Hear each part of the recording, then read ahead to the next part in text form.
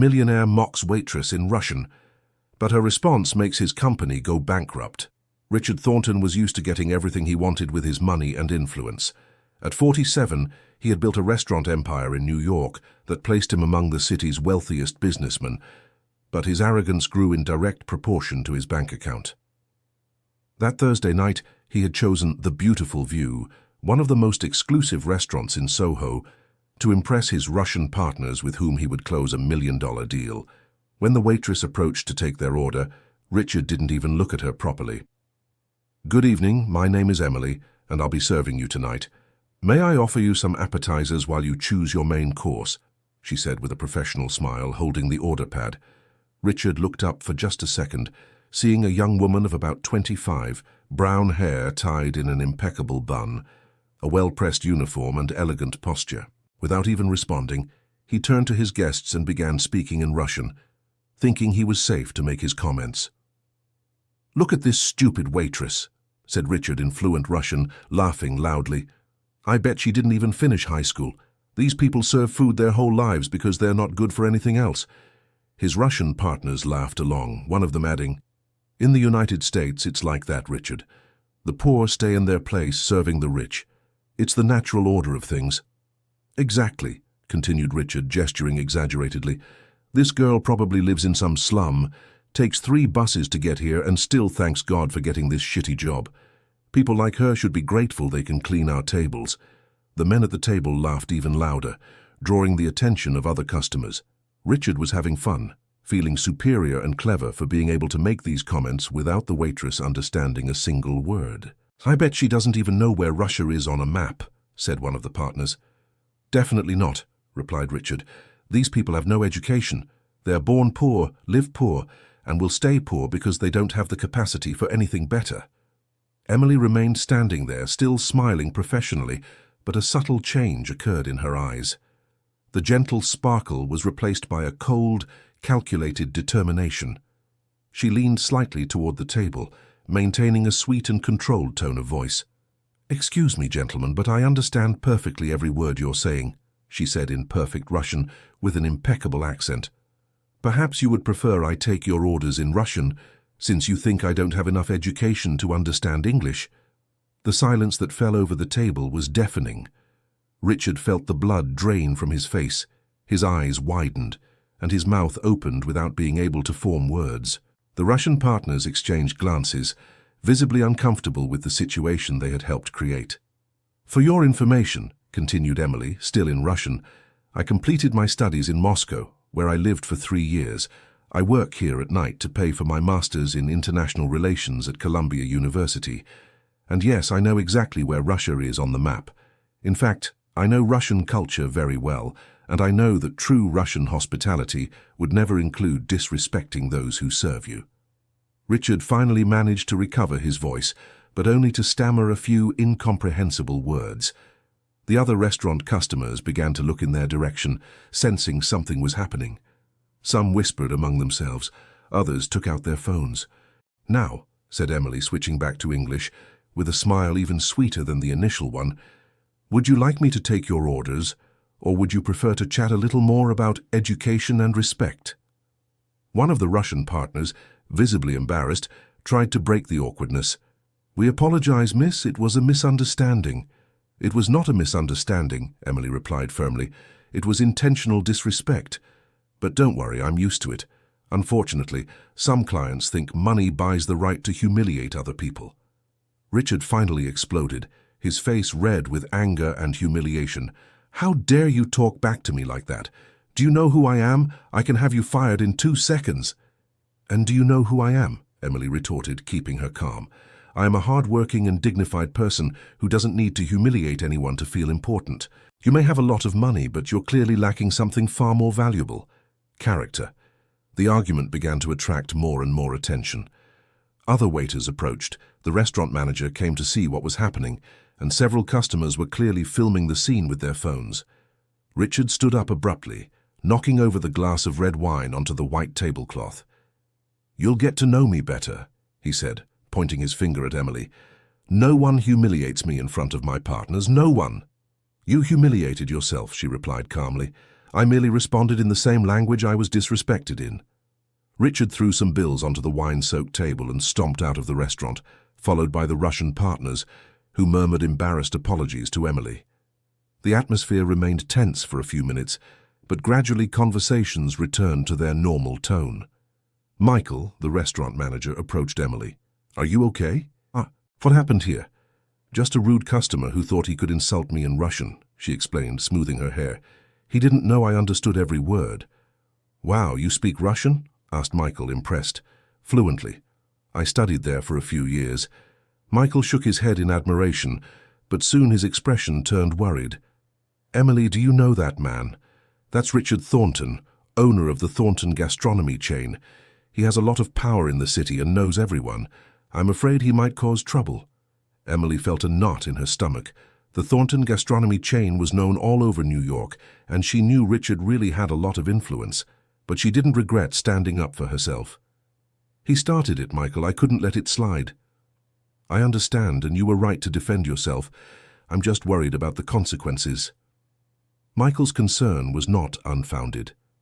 The next day, Friday, Emily arrived at work and found Michael with a grim expression waiting for her.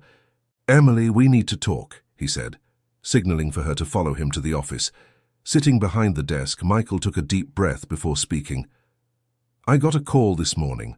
Richard Thornton called the restaurant owner, Mr. Anderson, who is an old acquaintance of his. He said you verbally assaulted him in front of important clients and ruined a business deal for him." "But that's a lie," protested Emily. "He was the one insulting me in Russian, thinking I wouldn't understand." "I know, Emily. I know you're an exemplary employee and a person of integrity, but Mr. Anderson is under a lot of pressure. The Thornton chain can recommend or hurt any restaurant in the city." Emily felt her heart race. She knew what was coming. "Richard said that if you continue working here, he'll spread the word that the Beautiful View doesn't respect important clients. He'll use his influence to damage the restaurant." "So you're going to fire me?" she asked, trying to keep her voice steady. "Mr. Anderson doesn't see another way, Emily. He has a family, employees depending on him. He can't fight someone like Richard Thornton." "I understand," she said, swallowing her tears. "When should I return the uniform?" "Today. I'm really sorry. If I could do anything—" "You don't need to apologize, Michael. I know it's not your decision." Emily collected her things from the locker, changed her clothes, and handed in the uniform. Some colleagues tried to comfort her, outraged by the situation, but she just thanked them for their support and left the restaurant with her head held high. The weekend was tough. Emily lived alone in a small apartment in Queens, and the money she had saved wouldn't last long. She urgently needed another job, especially because she had to pay her university tuition. On Monday, she went out early to look for work. She knew the Soho area well, and started with the restaurants near the Beautiful View. At the first place she tried, Milano Trattoria, she was greeted by the manager who knew her by sight. "Hi, Emily. Didn't you work at the Beautiful View?" asked Brandon, the manager. "I did. I'm looking for a new opportunity." "What a coincidence," he said with a strange tone. "I got a call yesterday from a local businessman, Richard Thornton. He said you have behavioral issues with customers and that we shouldn't hire you." Emily felt as if she had been punched in the stomach. "That's not true, Brandon. You know me. I've worked here for special events." "I know, Emily, but Richard has a lot of power. I can't take the risk." The same scene repeated itself at 6 other restaurants throughout the week. Always the same story. Richard had called beforehand, spreading lies about her, warning the owners not to hire her. Dear listener, if you're enjoying the story, please take a moment to like and especially subscribe to the channel. It really helps us who are just starting out. Now continuing. Emily began to despair. Her savings were running out, and she couldn't get a job anywhere. Richard was using his influence to systematically destroy any possibility of her working in the gastronomy field in New York. Desperate, she decided to leave the neighborhood and try other places. She went downtown, to Midtown, to the Upper East Side, but the story repeated itself. Somehow, Richard always got there first. One afternoon, walking aimlessly through the downtown streets, she passed by a small cafe on Fifth Avenue. It was a simple place, very different from the elegant restaurants where she used to work. Through the window, she saw a grey-haired man cleaning the tables. On impulse, she went in. "Good afternoon," she said. "Are you in need of any staff?" The man looked up and a smile lit up his face. "Emily? Little Emily?" She looked closer and couldn't believe her eyes. "Mr. Anthony, you're here?" It was Anthony Collins, the owner of the bakery where she had bought bread every morning during her childhood and teenage years in Queens. A man who had always been kind to her and her mother. "My dear, what a joy to see you," he said, coming to hug her. "What are you doing around here?" Emily told the whole story to Mr. Anthony, who listened, shaking his head with indignation. "That's outrageous, and you're out of work because of this injustice." "I am, Mr. Anthony. I can't get a job anywhere." "Well, it's not a big job, but if you want to work here with me, you'll be very welcome. I really do need the help." "Really? You would give me a chance?" "Of course, my dear. I've known you since you were little. I know the kind of person you are. This Richard fellow may have money, but he doesn't know your character like I do." Emily cried with relief. Finally, someone was willing to help her without fear of Richard's threats. Anthony's cafe was small but welcoming. It had a few small tables, an old wooden counter, and the pleasant smell of fresh coffee that made any customer feel at home. The clientele was basically made up of neighborhood residents, artists, university students, and workers who came for coffee before work. Emily adapted quickly. The atmosphere was completely different from the elegant restaurants, but she felt much more comfortable there. Mr. Anthony treated her like a daughter, and the customers soon got used to her friendliness and efficiency. It was during one of these quiet mornings that she met Matthew, a young lawyer who always came for coffee before heading to the office. "You're new here," he said one day, smiling as she served his cappuccino. "I started working a few weeks ago," replied Emily. "That's good. I was already tired of the bad coffee Mr. Anthony used to make," he joked, eliciting a laugh from her. Matthew became a regular customer, and over time he and Emily began to talk about various subjects. She discovered he had a law degree from Georgetown University and worked at a small firm specializing in labor rights. One morning, Emily arrived at the cafe visibly upset. Matthew noticed immediately. "Did something happen?" he asked. Emily hesitated, but ended up telling the whole story of Richard, the unfair dismissal, and the persecution she had been suffering. Matthew was outraged. "That's workplace harassment. It's a crime to use influence to prevent someone from working." "But what can I do? He has a lot of power, and I have no way to prove anything." "Yes, you do. How many places did you try to work where he called first?" "At least 10.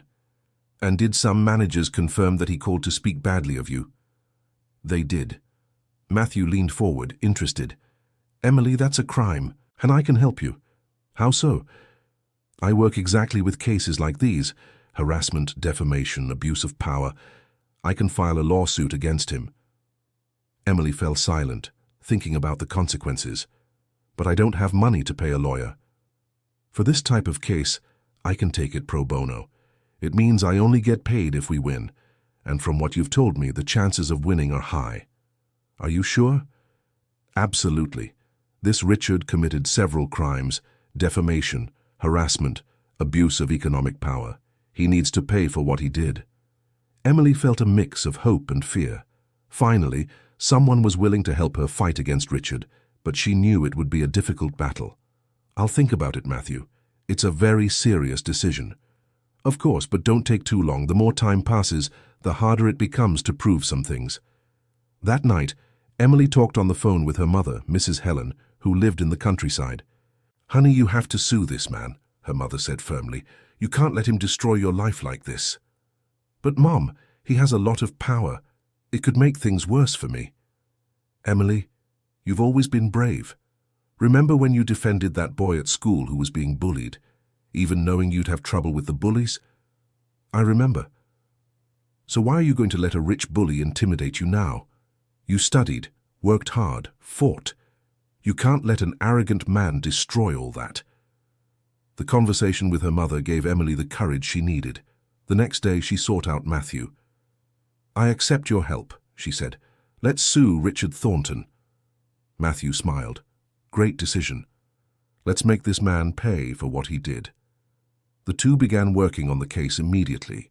Matthew explained that first they needed to gather evidence, statements from the managers, confirming that Richard had called to speak badly of her, witnesses to what happened at the restaurant, any record that could prove the harassment. Emily went back to the beautiful view to talk with Michael. He was hesitant, but when Matthew explained that it was a crime and that Michael could be a protected witness, he agreed to help. "What Richard did to you was terrible, Emily," said Michael. "If I can help bring justice, you can count on me." They also managed to get other testimonies. The manager of Milano Trattoria, after much discussion, agreed to confirm that Richard had called making false accusations. 2 other managers did the same. Matthew explained to Emily that the lawsuit would be long and that Richard would certainly try to intimidate them. "He'll use all his power to try to scare us," said Matthew. "You need to be prepared." "I am," she replied with determination. The lawsuit was filed on a Tuesday morning. Matthew had requested compensation for moral damages, material damages, and lost profits, in addition to a preliminary injunction preventing Richard from continuing the harassment. The reaction wasn't long in coming.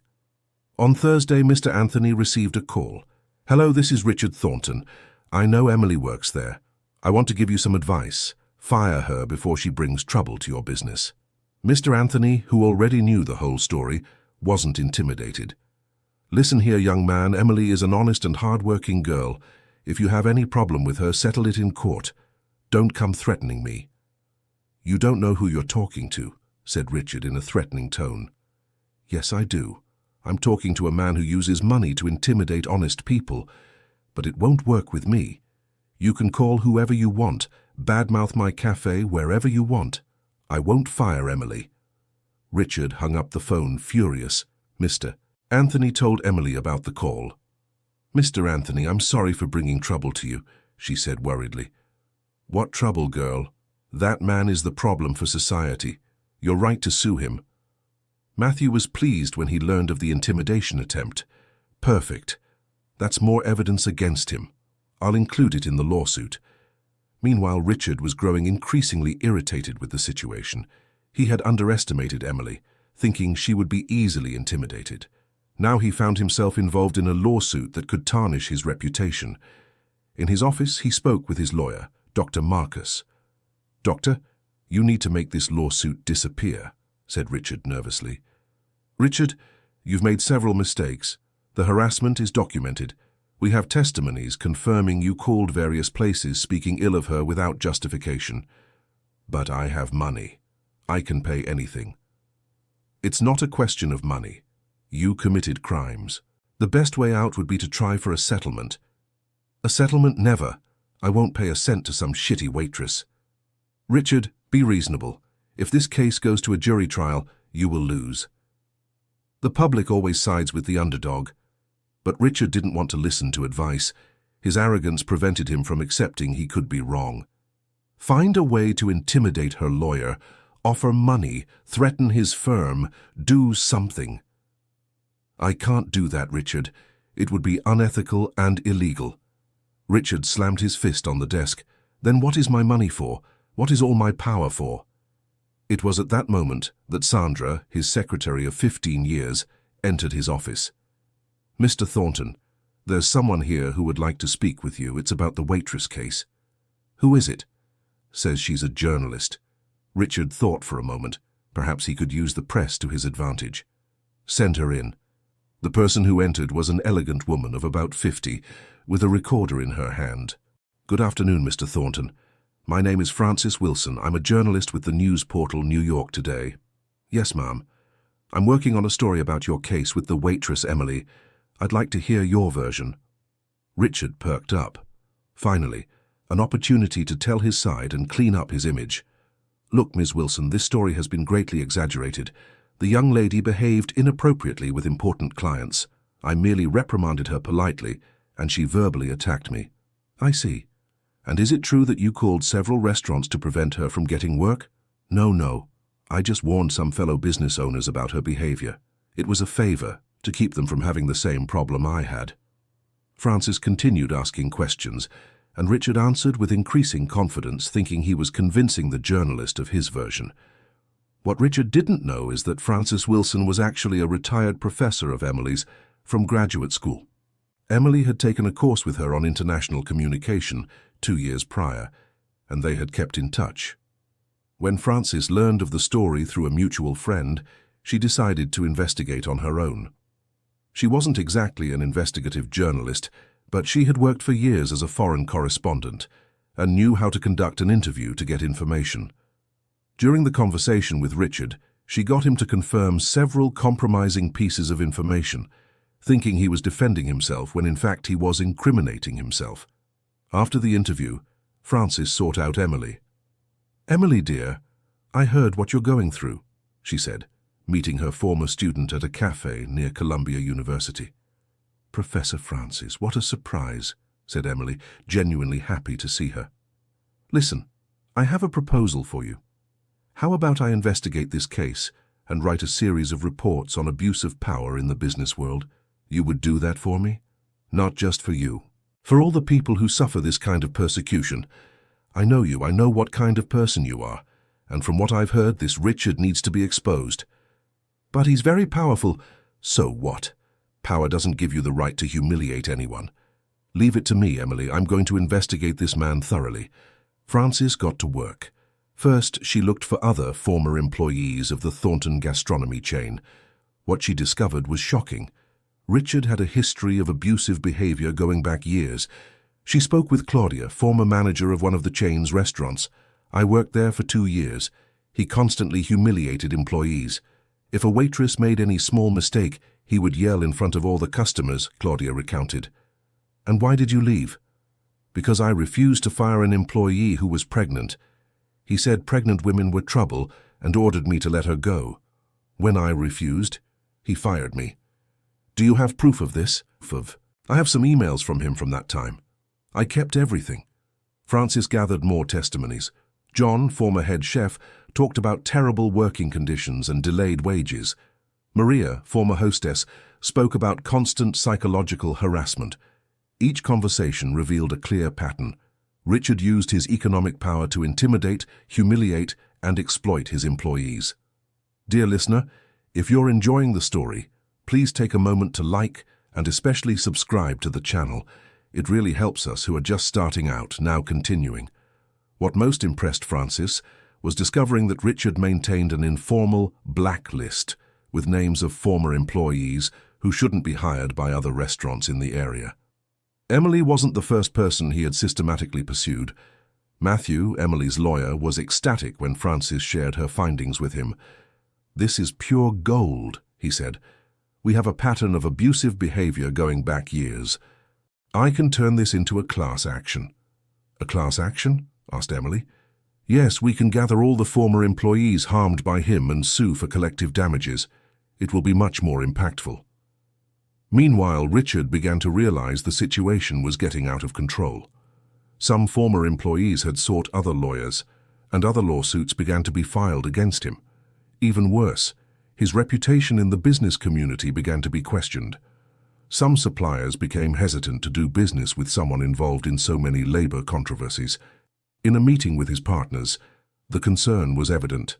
"Richard, these lawsuits are damaging the company's image," said Joaquin, one of the main investors. "They're just resentful former employees trying to make easy money," replied Richard, but his voice lacked its former conviction. "It doesn't seem to be just that. The accusations are very detailed and specific. Perhaps it would be best for us to review some of the company's practices." "What practices? I've always treated everyone fairly." The partners exchanged glances, but didn't want to confront him directly at that moment. The first report by Francis was published on a Thursday and had an immediate impact. The headline was, "Businessman uses influence to persecute former employees who displease him." The article detailed Emily's story, but also mentioned other similar cases. Francis had obtained documents, emails, and testimonies that proved the pattern of abusive behavior. Richard was furious when he saw the report. He immediately called his lawyer. "Dr. Marcus, sue that journalist for defamation. I want her in jail." "Richard, everything she wrote is documented. It's not defamation when it's true." "Then buy the news portal. Make them take the article down." "Richard, You're losing your grip. That's not how things work." But the situation only worsened for Richard. The report was shared on social media. Other media outlets picked up the story, and soon Down to Justice for Emily became a trending topic on Twitter. What bothered Richard the most was seeing his own clients begin to question his methods. Some cancelled events booked at his restaurants, others simply stopped frequenting the establishments. Carla, a client who had frequented one of the chain's restaurants for years, commented on a social network, "I won't return to Thornton restaurants. I can't condone someone who treats employees this way." Dozens of similar comments appeared. Richard's reputation, built over years, was being destroyed in a matter of days. At home, the situation also became tense. His wife, Patricia, who normally didn't get involved in her husband's business, decided to confront him. "Richard, what is all this about?" she asked during dinner. "Media exaggeration. It will blow over." "It doesn't seem like an exaggeration. I read the report. The accusations are very serious." "Patricia, are you going to believe a journalist you don't even know instead of trusting your husband?"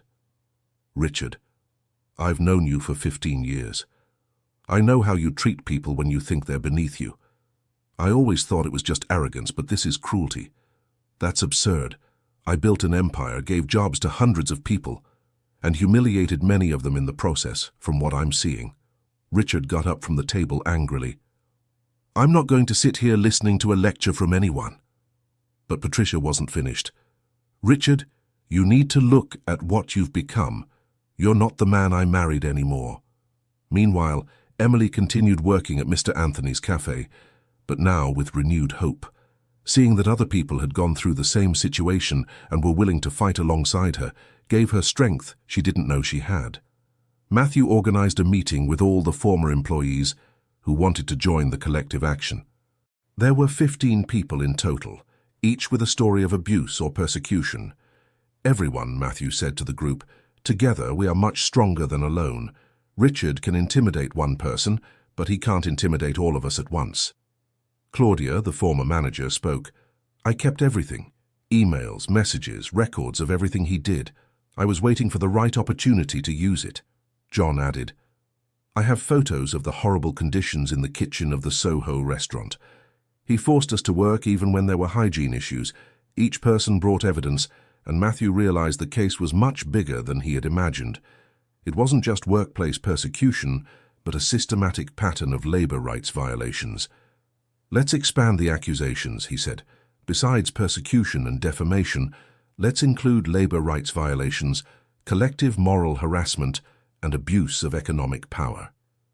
Richard tried one last move. He called Emily personally. "Hello, Emily. This is Richard Thornton." Emily was shocked to receive the call but managed to stay calm. "What do you want?" "Look, I think this was all a misunderstanding.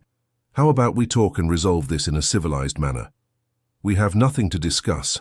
Everything that needed to be said has been said." "Emily, you're smart. You know I can make your life very difficult, or I can make it very easy. It depends on you." "Are you threatening me?" "I'm offering you an opportunity. $50,000 for you to drop the lawsuit and admit you exaggerated the situation." Emily could hardly believe what she was hearing. "Are you trying to bribe me?" "I'm trying to resolve a misunderstanding. 50,000 is a good amount for a waitress." "Listen carefully, Mr. Richard. My dignity is not for sale, and you've just committed another crime. Attempted bribery. Are you recording this conversation?" "I don't need to. I'm going to call my lawyer right now and tell him about your bribery attempt." Richard realized he had made another grave mistake and quickly hung up. But it was already too late. Emily immediately called Matthew and told him about the bribery attempt. Matthew was elated. "Perfect. That's another accusation against him. I'll include it in the lawsuit." Richard's situation continued to deteriorate. The lawsuits multiplied, the press kept investigating and publishing new revelations, and his businesses began to feel the real financial impact. The first restaurant to feel the blow was precisely the Beautiful View, where it all began. Business dropped drastically. Many customers stopped frequenting the place, and Michael was forced to lay off some employees. Ironically, Michael called Emily. "Emily, I know it's really bold of me, but wouldn't you like to come back to work here?" Business is slow precisely because customers know you were fired unfairly. Emily thanked him but politely refused. Thank you, Michael, but I'm fine where I am. And besides, as long as the restaurant belongs to Richard, I can't work there. Frances's second report was even more impactful than the first. This time she focused on the financial aspects of Richard's companies, revealing tax evasion, payment of wages below the minimum, and other fiscal irregularities. Documents obtained by the report show that the Thornton gastronomy chain owes more than $2 million in labor taxes, she wrote. This report caught the attention not only of the public, but also of the authorities. The Internal Revenue Service announced it would open a full audit of Richard's companies. The Department of Labor also began an investigation into the working conditions at the chain's restaurants. Richard found himself surrounded on all sides. Lawsuits, tax investigations, labor audits, and on top of that his reputation completely destroyed. In desperation, he sought out other known businessmen to ask for support, but discovered that no one wanted to be publicly associated with him at that moment. "Richard, you understand our position, right?" said Marcus, a businessman he had done business with for years. "At this moment, supporting you would be too risky for our image." That was when Richard realized he had lost not only money and prestige, but also the relationships he had considered solid. His arrogance had driven away even those who called themselves friends. Dear listener, if you're enjoying the story, please take a moment to like and especially subscribe to the channel. It helps us a lot as we're just starting out. Now continuing. The financial situation of the Thornton gastronomy chain deteriorated rapidly. With a drop in restaurant traffic, difficulties in obtaining bank credit due to the scandals, and now the tax investigations, Richard found himself forced to start selling properties. The first restaurant to be sold was one in Midtown. Next, he had to dissolve partnerships in 2 other establishments. Each sale was an additional humiliation for someone who was used only to growing and expanding. Patricia, his wife, couldn't take the situation anymore and decided to separate. "Richard, I no longer recognize the man I married," she said during a difficult conversation. "You've turned into someone bitter, arrogant, and cruel. I can't live like this anymore. Patricia, you're going to abandon me just when I need support." "Richard, you don't need support. You need change, and it's a change only you can make." Patricia left the house, taking only the essentials, leaving Richard completely alone in a mansion that now seemed empty and meaningless. Meanwhile, Emily's life took a completely different turn. Her case had caught the attention of several organizations working with labor rights and protection for victims of power abuse. Anna Paula, director of an NGO called Dignified Work, approached Emily. "Emily, your story has inspired many people. We would like to invite you to be our spokesperson in a national campaign against power abuse in the workplace." "I have no experience in this sort of thing," replied Emily, surprised by the invitation. "That's precisely why you're the right person. You're not a politician, you have no ulterior motives, you're just a worker who stood up against an injustice." Emily accepted the invitation and began participating in events, lectures, and campaigns. Her story became a symbol of resistance against power abuse. Matthew, her lawyer, also gained notoriety. Several other similar cases came to his office, and he specialized more and more in defending victims of workplace abuse. The first trial happened 6 months after everything began. The courtroom was packed, with members of the press, labor rights activists, and many people who had followed the case in the media. Richard arrived at the courtroom visibly shaken. He had lost weight, his hair had turned grey, and the haughty posture from before had given way to a defeated appearance. Emily, on the other hand, arrived accompanied by Matthew and some of the former employees who were part of the class action. She was serene but determined. During the trial, the evidence was presented one by one. Testimonies, documents, recordings, emails. Everything painted a clear picture of systematic power abuse. When it was Emily's turn to testify, she spoke with clarity and firmness. "I'm not here for revenge or for money," she said. "I'm here because no one should go through what I went through. No worker should be humiliated or persecuted for defending their dignity." Richard also had to testify. His defense tried to downplay the facts, claiming it was all just misunderstandings and exaggerations, but the evidence was overwhelming. "Mr. Thornton, asked the prosecutor. "Did you call several establishments with the specific aim of preventing Miss Emily from getting a job?" Richard hesitated before answering. "I merely warned some colleagues about—" "Please answer only yes or no. Did you make the calls?" "Yes, but—" "Thank you." "And did you offer her money to withdraw the lawsuit?" Again, Richard hesitated. "It was an attempt at a settlement. Mr. Thornton, answer. Did you or did you not offer her money to withdraw the lawsuit?" "Yes, I did." The trial lasted 3 days. At the end, the judge announced his decision. Considering all the evidence presented, it is proven that the defendant, Richard Thornton, committed the crimes of workplace harassment, defamation, abuse of economic power, and attempted bribery. I sentence him to pay compensation for moral damages in the amount of 200,000 reais to each victim, in addition to compensation for lost profits.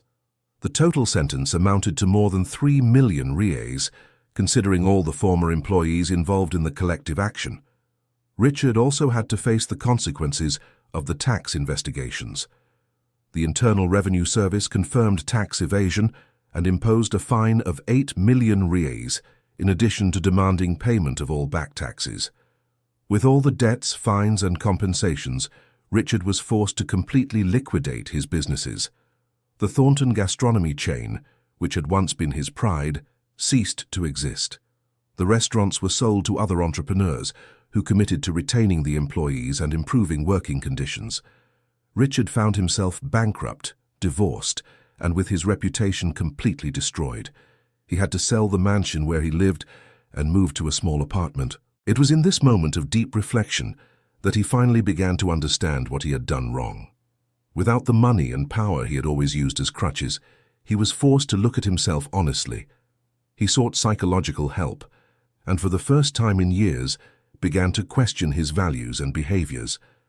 The process was painful, but necessary.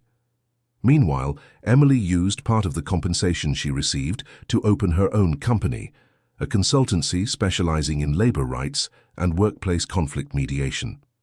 Emily Thornton Consulting started small, operating in a commercial office downtown in New York. Her first client was, ironically, one of the restaurants that previously belonged to Richard's chain. The new owner, Mr. Edward, sought her out to help implement fairer labor practices. "Emily, I want to make sure my employees are treated with dignity. Can you help us create a healthy work environment?" "Of course, Mr. Edward. That is exactly why I created the company." Emily's consultancy prospered quickly.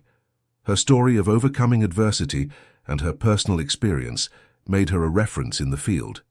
Business owners who genuinely wanted to treat their employees well sought her services.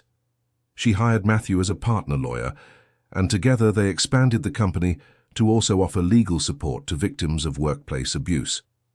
Mr. Anthony, who had been pivotal in her journey, received a special proposal from Emily. "Mr. Anthony, how about you franchise the cafe? I can help you expand the business in a fair and sustainable way." "Emily, my dear, is that possible?" "Of course. You have a great business. It just needs structure to grow." In 2 years, the Anthony's Cafe chain had grown to 5 locations, all following the same principles of dignified treatment of employees that Emily had learned to value.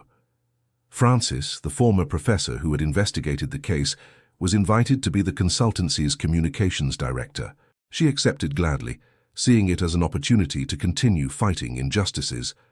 Emily's story became a case study at universities, an example of how a person can face abuse of power and not only survive, but thrive. She was invited to give talks at companies, universities, and events about labor rights. She always told her story with humility, emphasizing that the struggle hadn't been hers alone, but of all the people who supported her. 2 years after the trial, Emily received an unexpected call. "Hello, Emily, this is Richard Thornton." She was surprised but didn't falter. "What do you want, Mr. Thornton?" "I would like to speak with you in person, if possible. I know it might seem strange, but I would like to apologize." Emily was silent for a moment, processing the request. "Why now?" "Because I finally understood what I did, and because I found out you opened a consulting firm. I would like to perhaps become an example of how someone can change." After speaking with Matthew and Francis, Emily decided to accept the meeting.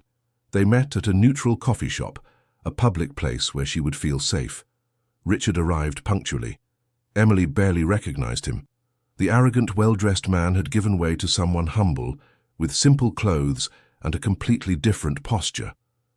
"Emily, thank you for agreeing to meet me," he said, sitting at the table. "What exactly do you want?" "First, to offer my sincere apologies for what I did. I know words don't erase what happened, but you need to know I deeply regret it." Emily studied him for a moment before responding. "And what changed? Why now?" "Losing everything forced me to look at who I really was. I went to therapy, read a lot, reflected on my entire life. I realized I built an empire based on humiliating and exploiting people. And what do you intend to do about it?" "I would like to work to repair the damage I caused. I know I can't turn back time, but I can try to do things differently from now on." Richard explained he had started working as a volunteer for NGOs that helped workers who were victims of abuse. He was also writing a book about his experience, with all proceeds going to workers' rights organizations. "I'm not asking for your forgiveness," he said. "I know I don't deserve it, but I would like you to know that your courage changed not only your life, but also mine." Emily was moved by Richard's sincerity, but remained cautious. "I'm glad you've reflected on your mistakes, but real change is proven by actions, not words." "I completely agree. That's why I'd like to propose something." "What?" "I would like to fund an annual scholarship for low-income young people who want to study labor rights. It would be managed by your consulting firm, but I would cover all the costs." Emily was surprised by the proposal. "Why would you do that?" "Because I need to do something concrete to try to make up for the harm I caused. It won't erase the past, but it can help other people's futures." Emily said she needed to think about the proposal. After discussions with her team, she decided to accept, but with strict conditions: full transparency, an independent committee to select the scholars, and no publicity for Richard. "You cannot use this to clean up your image," she said at the next meeting. "If I accept, it's only because it can help people in need." "I agree to all the conditions." The Richard Thornton Scholarship was created, but few knew he was the funder. What mattered was that underprivileged youth had the opportunity to study and specialize in defending workers' rights. 3 years after the restaurant incident, Emily had built one of the most respected labor rights consulting firms in New York. Her company had 15 employees, all with above-market salaries and exemplary working conditions. She became a national reference, consulted by companies, unions, and government agencies about fair labor practices. Her biggest project was creating a free training center for low-income youth, offering vocational courses and guidance on workers' rights. The downtown center operated in a building that once housed one of Richard's restaurants. Emily had purchased the property during the liquidation of his assets and transformed it into a space of hope and opportunity. At the center's inauguration, Emily gave an emotional speech. This place once symbolized exploitation and humiliation. Today, it symbolizes dignity and opportunity. "We have proven it is possible to turn pain into purpose." Hundreds of people attended the opening, including former employees of Richard, who now worked under dignified conditions, authorities, union representatives, and young people who would benefit from the courses. Matthew, who had become a partner director at the consulting firm, spoke about the impact of the case. What began as an individual defense transformed into a collective change. Emily didn't just defend herself, she defended all of us. Francis, now the communications director, took the opportunity to launch a book about the case. The Answer That Changed Everything: How a Waitress Stood Up to Power Abuse. The book became a bestseller, and all proceeds were directed to organizations combating labor abuse. Richard, who had rebuilt his life more modestly, continued his volunteer work. He never again attempted direct contact with Emily, respecting the boundaries she had established. He secured a simple job as an administrative assistant at a small company and lived discreetly. His past of wealth and power seemed to belong to another life. The book he wrote about his experience, titled The Price of Arrogance, was also published, with all proceeds going to victims of labor abuse. The book served as a warning to other business owners about the dangers of power abuse. 5 years after the fateful dinner at the Beautiful View, Emily was invited to give a lecture at Columbia University on dignity at work. The auditorium was packed with students, professors, business owners, and workers. Her story had become a landmark in the fight for labor rights in the United States. "Many people ask me if I regret answering in Russian that night," she said during the lecture. "I have never regretted it. That answer wasn't just a defense of my dignity, but a defense of the dignity of all workers." She recounted how her life had completely changed, not just professionally but also personally. "I learned that our strength does not lie in accepting injustices in silence, but in having the courage to say no when necessary. I learned that a single voice, when it is just, can awaken many other voices." Emily also spoke about forgiveness and transformation. To forgive does not mean to forget or to accept what was done. To forgive means not letting resentment stop us from moving forward. "Richard Thornton caused me a lot of suffering, but he also gave me an opportunity to discover my own strength."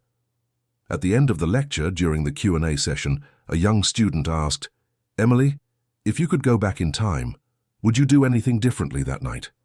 Emily smiled before answering, "Perhaps I would have spoken louder so the entire restaurant could hear my answer." The audience laughed and applauded.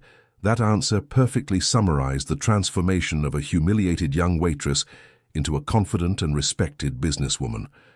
After the lecture, Emily returned to her company.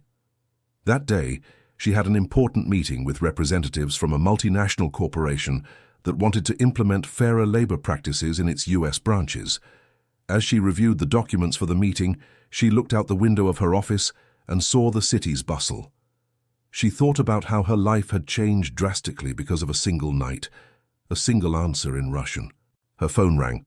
It was Mr. Anthony, now nearly 70, but still active in managing his coffee shop chain. "Emily, dear, how was the lecture?" "It was great, Mr. Anthony. The auditorium was packed." "I'm so proud, girl. Who would have thought that scared young woman who arrived at my cafe would turn into this successful businesswoman?" "You were fundamental to that, Mr. Anthony. If you hadn't given me a chance—" "Nonsense, girl. You always had that strength. You just needed a chance to show it." After hanging up, Emily reflected on her old friend's words. It was true, she had always had inner strength, but only discovered it when tested by adversity. Her secretary, Julia, entered the office. "Emily, the representatives from the multinational have arrived." "Perfect. Let's show them how to build a truly dignified work environment." The meeting was successful. The multinational hired Emily's consulting firm to implement a comprehensive workplace dignity program across all its American branches. It would be the company's largest contract to date. At the end of the day, Emily did something that had become a ritual. She stopped by the training center to talk to the young students. "How were classes today?" she asked a group finishing a waiter training course. "Very good, Professor Emily," replied Michael, a 19-year-old youth. "I learned a lot about my rights as a worker." "And the most important thing?" she asked. "That all work is dignified, as long as it's performed and treated with dignity," answered a young woman named Anna. "Perfect. Never forget that." Leaving the center, Emily passed by the building that housed the old Beautiful View. The restaurant had closed 2 years prior, a victim of the bad reputation associated with the case. The location now housed a bookstore specializing in human rights and social justice. Emily went in to buy a book. "Good evening," said the young clerk. "Can I help you?" "I'm looking for books on workplace conflict mediation. We have an entire section dedicated to the topic. By the way, aren't you Emily Thornton, the famous consultant?" "That's me," she replied simply. "Wow, what an honor. Your story inspired me to study law. I want to specialize in labor rights." "That's wonderful. We need more professionals committed to justice." "Emily, can I ask a personal question?" said the young man shyly. "Of course. How do you manage not to hold a grudge after everything you went through?" Emily thought for a moment before answering. "You know, holding a grudge is like taking poison and expecting the other person to die. I prefer to use my energy to build something positive rather than feed negative feelings." "And Richard Thornton? Did you forgive him?" "To forgive doesn't mean to forget or to justify what was done. It means choosing not to let the past determine my future. Richard faced consequences for his actions, learned from them, and now tries to make amends. That's enough for me. Leaving the bookstore, Emily walked through the streets of Soho, remembering how it had all started there. The insecure waitress had transformed into a confident businesswoman, but the core values remained the same: dignity, respect, and justice. Her phone rang again.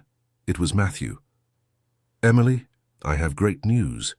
The International Labour Organization wants to invite you to participate in a global conference on workplace dignity. It would be in Geneva." "Really? That's incredible. You would be the representative of the United States. Your case has become a global reference on how to confront abuse of power at work." Emily smiled. Who would have thought that a reply in Russian in a New York restaurant would echo all the way to an international conference in Switzerland? "I accept the invitation," she said. "It will be an honor to represent not just my story, but the story of all workers who refuse to accept humiliation." That night in her apartment, Emily took stock of everything that had happened in her life over the past 5 years. The transformation had been complete. From abuse victim to rights defender, from harassed waitress to respected businesswoman. But what made her most proud wasn't her professional or financial success. It was knowing that her story had inspired thousands of people not to accept injustices in silence. She thought of all the people who had been part of her journey: Matthew, the courageous lawyer who agreed to defend her; Francis, the teacher who investigated and exposed the truth; Mr. Anthony, who gave her an opportunity when no one else would; Michael and other colleagues who testified to the truth even when afraid; her mother, who always encouraged her to be brave. And she also thought of Richard, who in some way had been the involuntary catalyst for her transformation. If he hadn't tried to humiliate her, she might never have discovered her true strength. The next morning, Emily woke up early and went to the training center. It was Saturday, but she liked to stop by on weekends to check that everything was in order. She found Peter, the young janitor, cleaning the courtyard. "Good morning, Mrs. Emily. What a surprise to see you here on Saturday." "Good morning, Peter. I just came to take a look. How are the classes doing?" "Very lively. Yesterday the computer class had their graduation. 15 young people got their certificates." "How wonderful. And have they found work already?" 10 are already employed. The other 5 have interviews scheduled for next week." Emily smiled. This was exactly why she had created the center, to give real opportunities to young people who, like her once, just needed a chance. She entered the building and went up to the room she had turned into a small library. There were displayed newspaper clippings telling her story, thank you letters from people who had been inspired by her case, and photos of the various classes that had already graduated from the center. On one wall, there was a framed phrase that summarized her life philosophy: "Dignity cannot be bought, sold, or negotiated. It is earned and defended." Her phone vibrated with a message.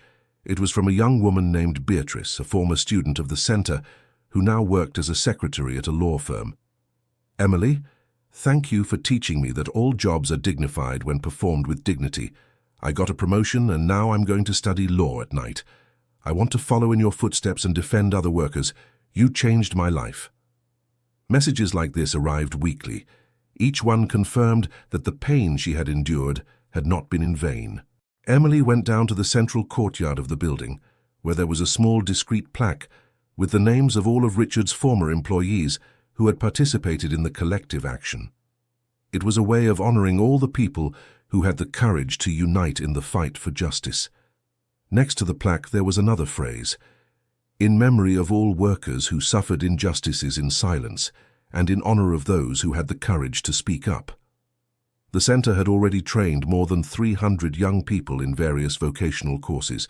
Many of them now had dignified jobs. Some had opened their own businesses. Others continued their studies. All carried with them the teachings about labor rights and human dignity. Emily remembered the first time she had returned to the center after its inauguration. She had found a woman about 60 years old sweeping the courtyard very carefully. "Good afternoon," Emily had said. "Do you work here?" "Yes, I do, dear," the woman replied with a smile. My name is Connie. I take care of cleaning and maintenance." "That's great. How are you liking it?" "Oh, my dear, it's very different from other places I've worked. Here, everyone treats me with respect. My salary is paid on time. I have all my rights guaranteed." "I'm very happy to hear that. Aren't you Emily, the owner here?" "That's me." "My goodness," said an emotional Connie. "Let me give you a hug, my dear. You don't know what it means for us simple people to have someone like you fighting for our rights." Mrs. Connie's hug had been one of the most moving moments of Emily's entire journey. Here was a simple, hard-working woman who had finally found a place where she was treated with dignity. Coming back to the present, Emily looked at her watch and saw she needed to go. She had a lunch date with her mother, Mrs. Helen, who had come from Philadelphia to spend the weekend in New York. "Honey, I'm so proud of you," said Mrs. Helen during lunch. "Your father, God rest his soul, would be so proud to see what you've become." "Mom, sometimes I wonder if he would approve of all this, if he would think all the suffering was worth it." "Of course it was worth it, Emily. You haven't just changed your life, you've changed the lives of hundreds of people. How many young people have had opportunities because of the training center? How many companies have changed their practices because of your consulting?" "That's true. And you know what makes me proudest?" "What?" "It's that you never lost your humility. You're still the same caring and simple Emily you've always been, just with more wisdom and experience now." After lunch, mother and daughter went to visit the grave of Emily's father, as they always did whenever Mrs. Helen came to the city. "Look, John," said Mrs. Helen, speaking to the headstone, "our daughter has become an important woman, but she's still the same sweet girl you knew." Emily left flowers on the grave and made a silent promise. She would continue fighting for the dignity of workers, honoring the memory of the father who always taught her the importance of honest work. On Sunday, Emily decided to do something she hadn't done in a long time. She went back to Queens, the neighborhood where she grew up, to visit the places of her childhood. She passed by the school she attended, the little park where she played as a child, the old bakery of Mr. Anthony. Everything had changed, but the memories remained alive. On a street corner, she ran into Mrs. Rose, an old neighbor who had known her since she was little. "Emily, sweetheart, what a joy to see you," said the woman, hugging her. "Hi, Mrs. Rose. How are you?" "Well, thank God. And you, dear. I saw your whole story on television. What courage you had." "Thank you, Mrs. Rose.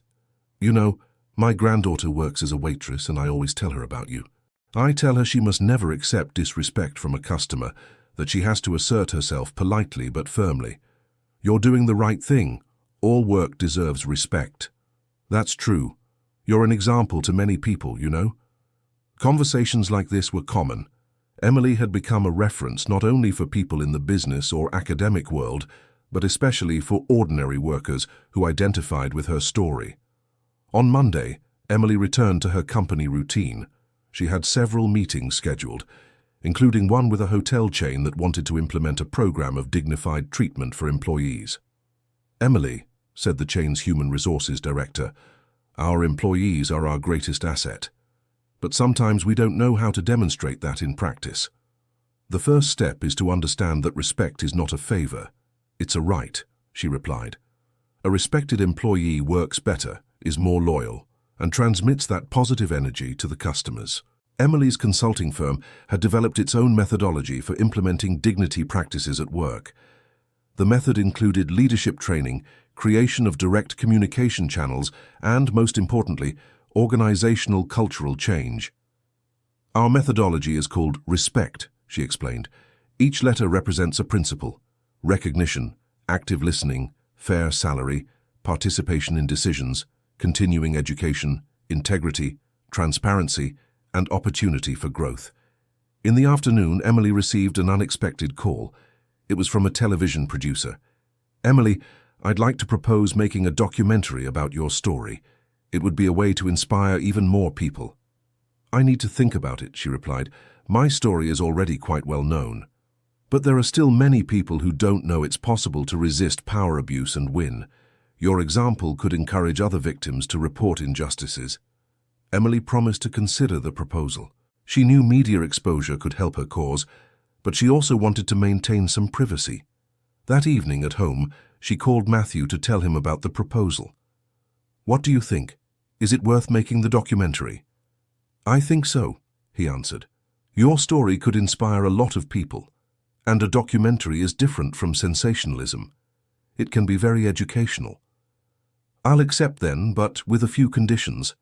I want to participate actively in the production to ensure the message stays true to the facts. The next day, Emily called the producer and agreed to make the documentary, establishing her conditions. The production would take several months and would be shown on a national streaming platform. During the week, she received a visit from Francis, who brought news. Emily, I have an interesting proposal. A publisher wants to publish a book of inspiring cases about labor rights. Your story would be the main case. And what would the book's purpose be? Educational. It would be used in law and business administration courses to teach future professionals about the importance of treating workers with dignity. Emily thought the idea was excellent. An educational book could influence a new generation of entrepreneurs and lawyers to value labor rights more. I accept participating, but I'd like the book to also include stories of other people who faced similar situations. Perfect idea. It would be a broad overview of resistance to workplace abuse. The book was planned for release the following year, alongside the documentary. It would be a way to amplify the message about dignity at work even further. Meanwhile, Richard continued his discreet life. He had gotten a better job, now as an administrative coordinator at a medium-sized company. His colleagues didn't know about his past, and he preferred it that way. In his free time, he continued his volunteer work, helping victims of workplace abuse understand their rights. He never mentioned Emily directly, but always used her story, without naming names, as an example that it was possible to resist and win. One afternoon, during a talk for domestic workers about labor rights, an older woman asked, "Mr. Richard, how do you know so much about these matters?" Richard hesitated for a moment before answering, "Because I've been on both sides of the story. I've been the one who disrespected labor rights, and I've also suffered the consequences of that. I learned that mistreating others always comes back to harm us." He never went into details about his past, but his personal experience made his talks more authentic and impactful. At home, Richard kept a small notebook where he wrote down his reflections on his personal transformation journey. One of the notes said, "Today marks 5 years since that night at the restaurant that changed everything. I still feel ashamed of what I did, but that shame motivates me to keep trying to repair the damage. Emily taught me, even unintentionally, that dignity is priceless and that humiliating someone is humiliating yourself." Emily obviously did not know about these reflections of Richard's. To her, he was part of a past she had moved beyond. Her energy was completely focused on the present and the future, on continuing to build a fairer world for workers. A special moment in her journey happened when she was invited to be the commencement speaker for a graduating law class at Columbia University. Many of the students had been inspired by her story to choose labor law. "Dear graduates," she said in her commencement address, "you are graduating to become guardians of justice. Always remember that the law exists to protect the most vulnerable, not to serve the most powerful." One of the graduates during the ceremony approached her.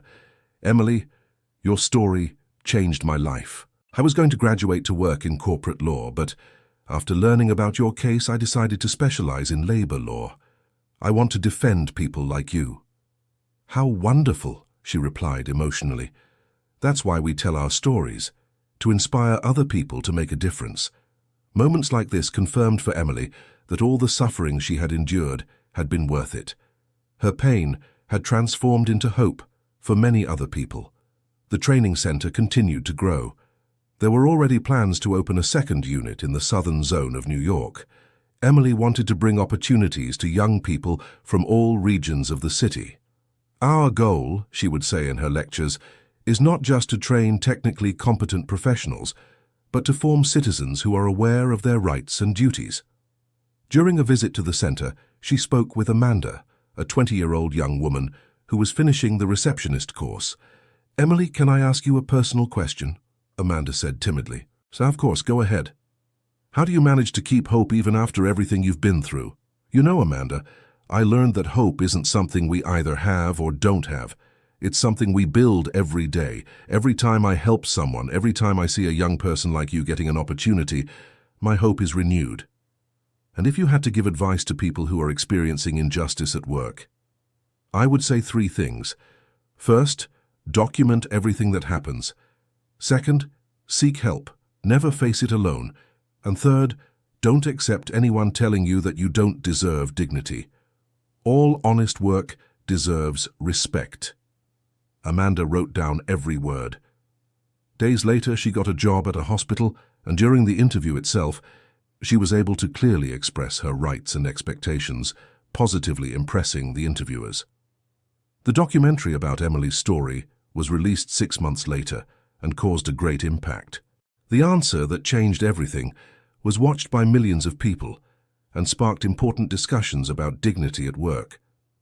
One of the most striking scenes in the documentary showed Emily visiting the beautiful View, now transformed into a bookstore.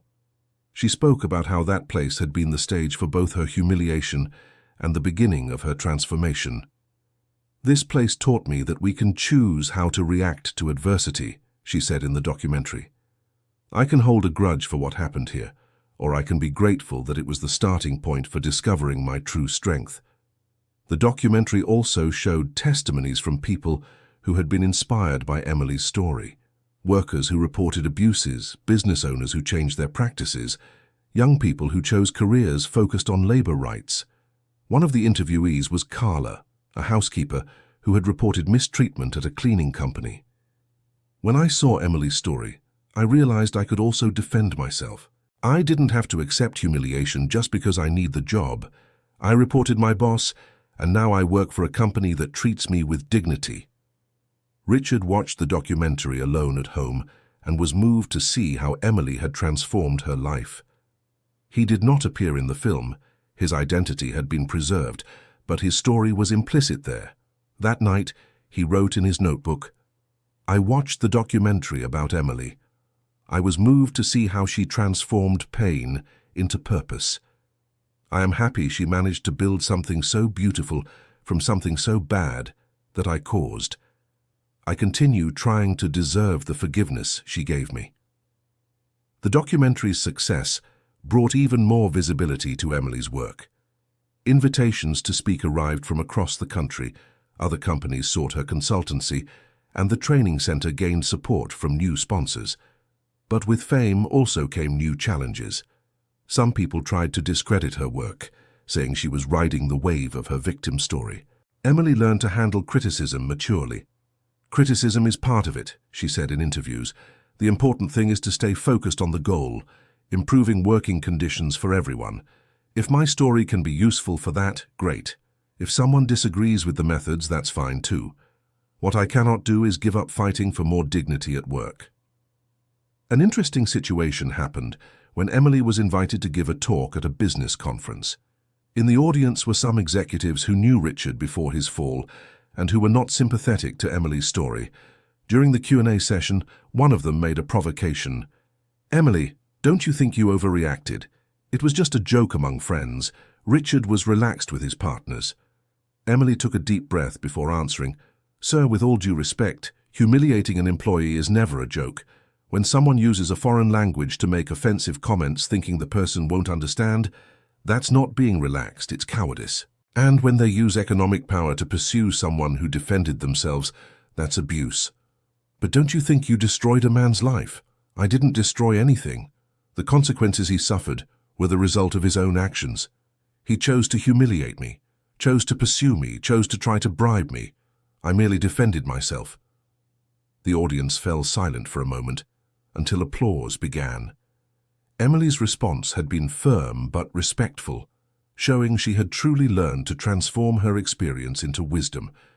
After the conference, several business owners approached her to ask for guidance on improving the work environment in their companies. The provocation had turned into an opportunity for constructive dialogue. The educational book on labor rights was launched the following year and became a reference in universities across the country. Emily's story occupied the first chapter and served as an introduction to the topics covered in the other chapters.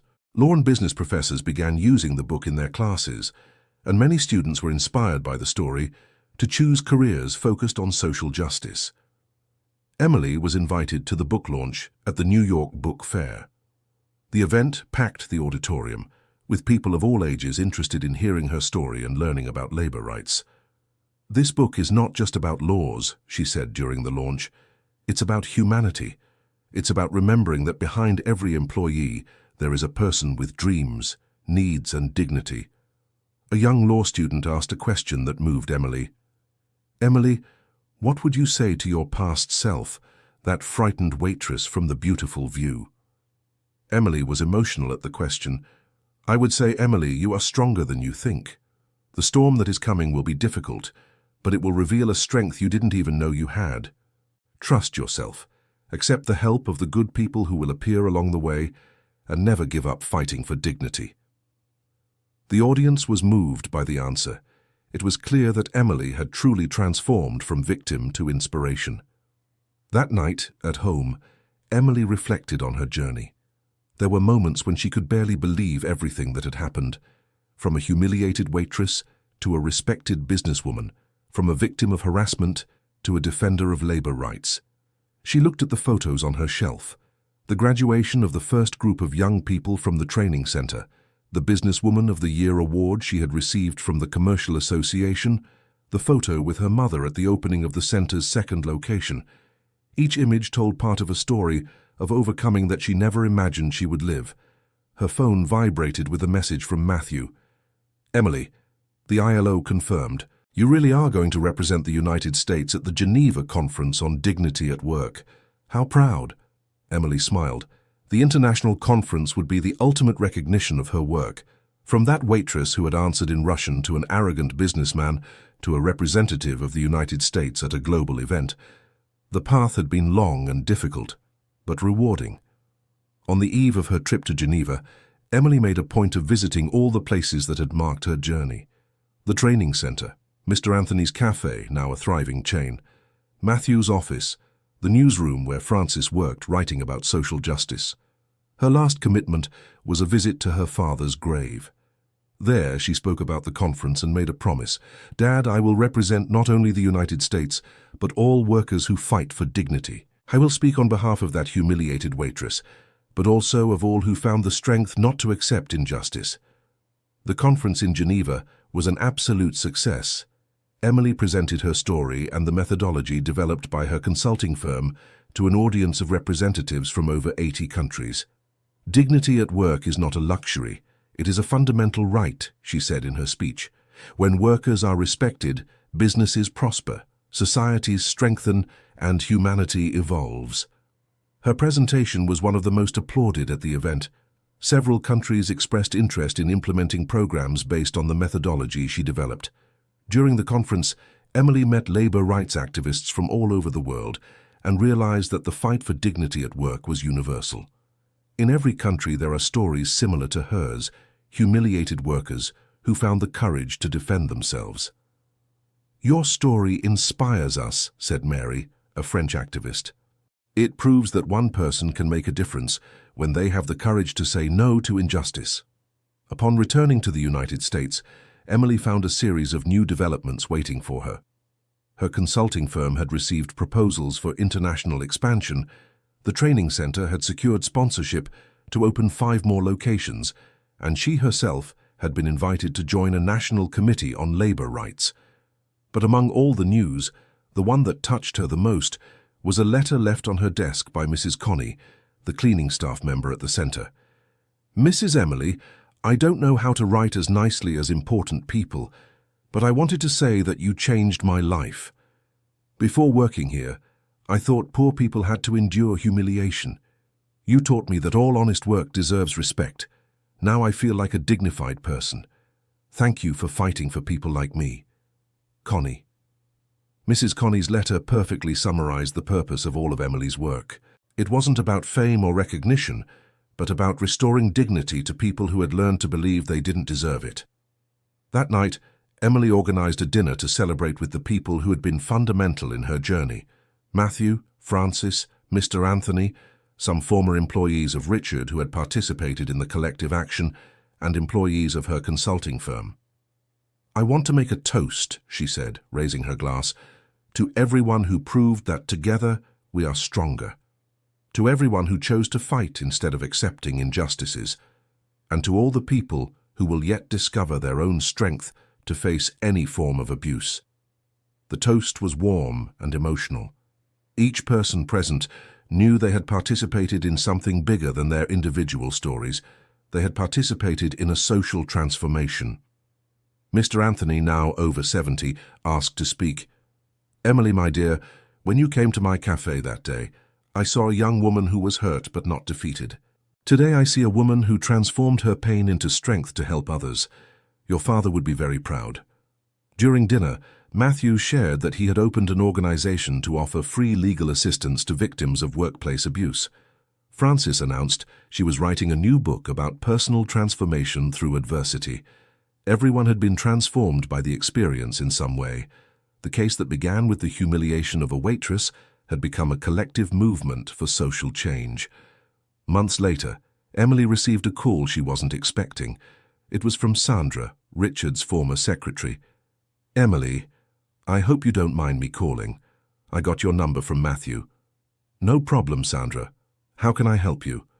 "I wanted to tell you something about Richard. He's working at a company nearby as a regular employee. And you know what impresses me the most?" "What?" "He treats everyone with great respect. You would never see him humiliate an employee or be arrogant with anyone. It's as if he's a completely different person. I'm glad to hear he learned from his mistakes. Emily, I think you did more for him than you realize. He told me once that you taught him what dignity really means." After the call, Emily reflected on Sandra's words. It was comforting to know that Richard had truly changed and that the experience, however painful, had been transformative for everyone involved. A few days later, information about Richard reached her through indirect channels. He had created a small fund to help workers who were victims of abuse, financed with part of his salary. He did this anonymously, without seeking any recognition. This information confirmed for Emily that the forgiveness she had given Richard had not been in vain. He had truly transformed and was trying to repair the damage caused, however discreetly. Emily's story continued to inspire people across the entire country. Her consulting firm expanded to other cities.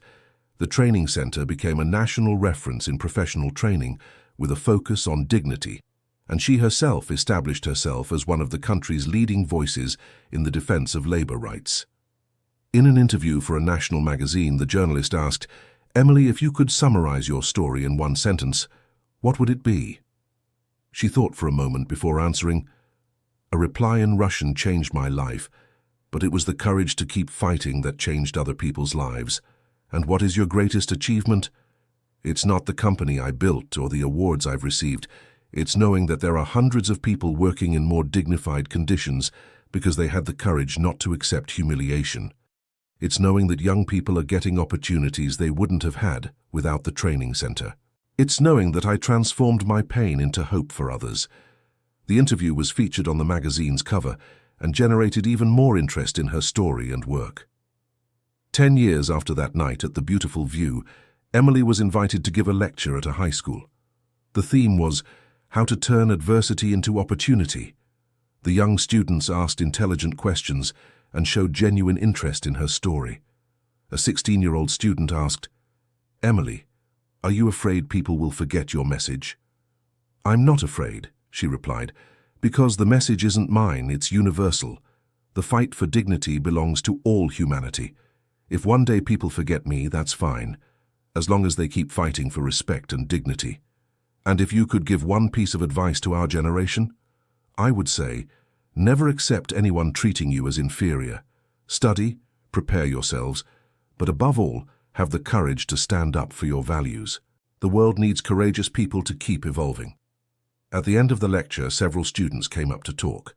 Many said they would choose careers focused on social justice, inspired by her story. That night, Emily wrote in her diary, "Today, I spoke to a group of teenagers about my journey. I saw in their eyes the same desire to make a difference that I felt when I was young. It gives me peace, knowing the fight for dignity won't end with me. A new generation is preparing to continue transforming the world into a more just place. The network of training centers created by Emily already had 10 units spread across New York and other cities.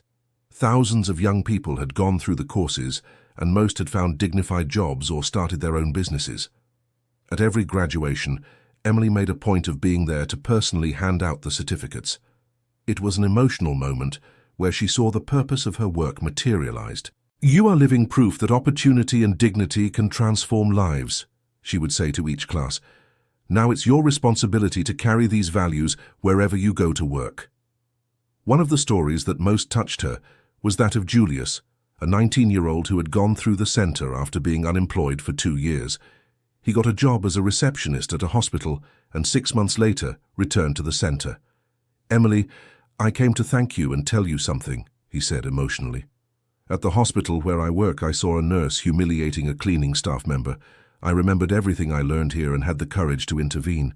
I spoke with the head nurse, and the situation was resolved." "That's wonderful, Julius. That's exactly what we want. To train not just good professionals, but conscious citizens." The cleaning staff member thanked me in tears. She said no one had ever stood up for her like that. Stories like Julius's confirmed for Emily that the impact of her work went far beyond the numbers. Every person trained at the center became a multiplier of dignity and respect in the workplace. Emily's consulting firm also continued to grow. Large multinational corporations sought her services to implement more humane and respectful organizational cultures.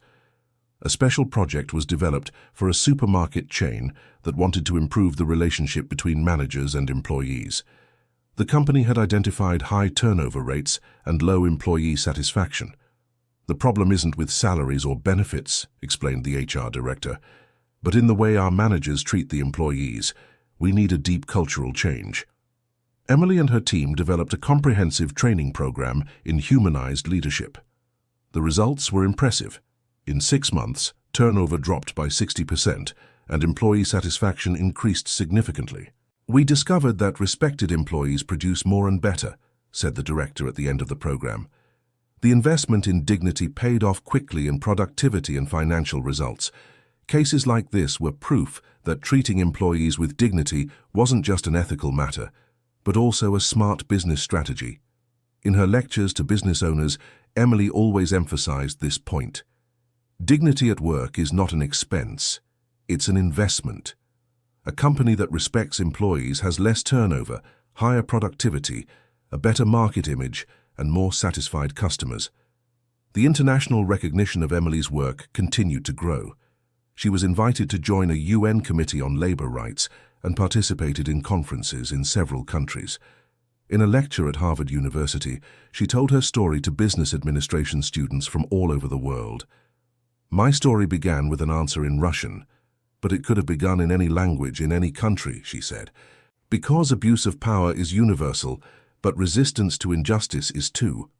A Chinese student asked, "How do you convince business owners that treating employees well is financially worthwhile?" "By showing practical results," Emily replied. "When a business owner sees that respect generates profit, they understand the message. Ideally, they would do it for humanitarian values, but if they do it for commercial interest, what matters is that they do it."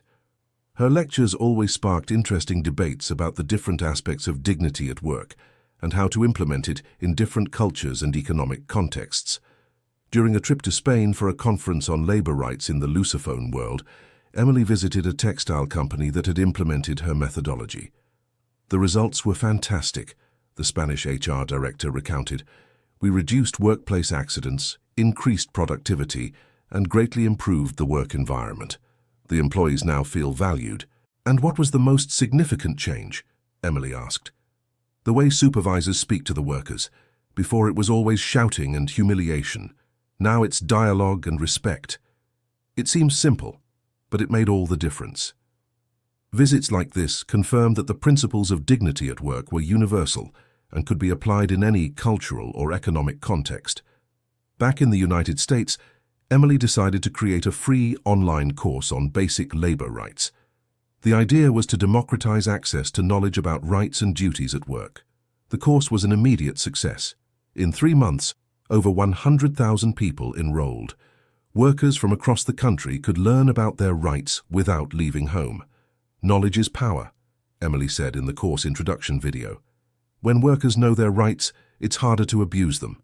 The course included modules on labor legislation, how to identify abuse of power, where to seek help in cases of injustice, and most importantly, how to build work relationships based on mutual respect.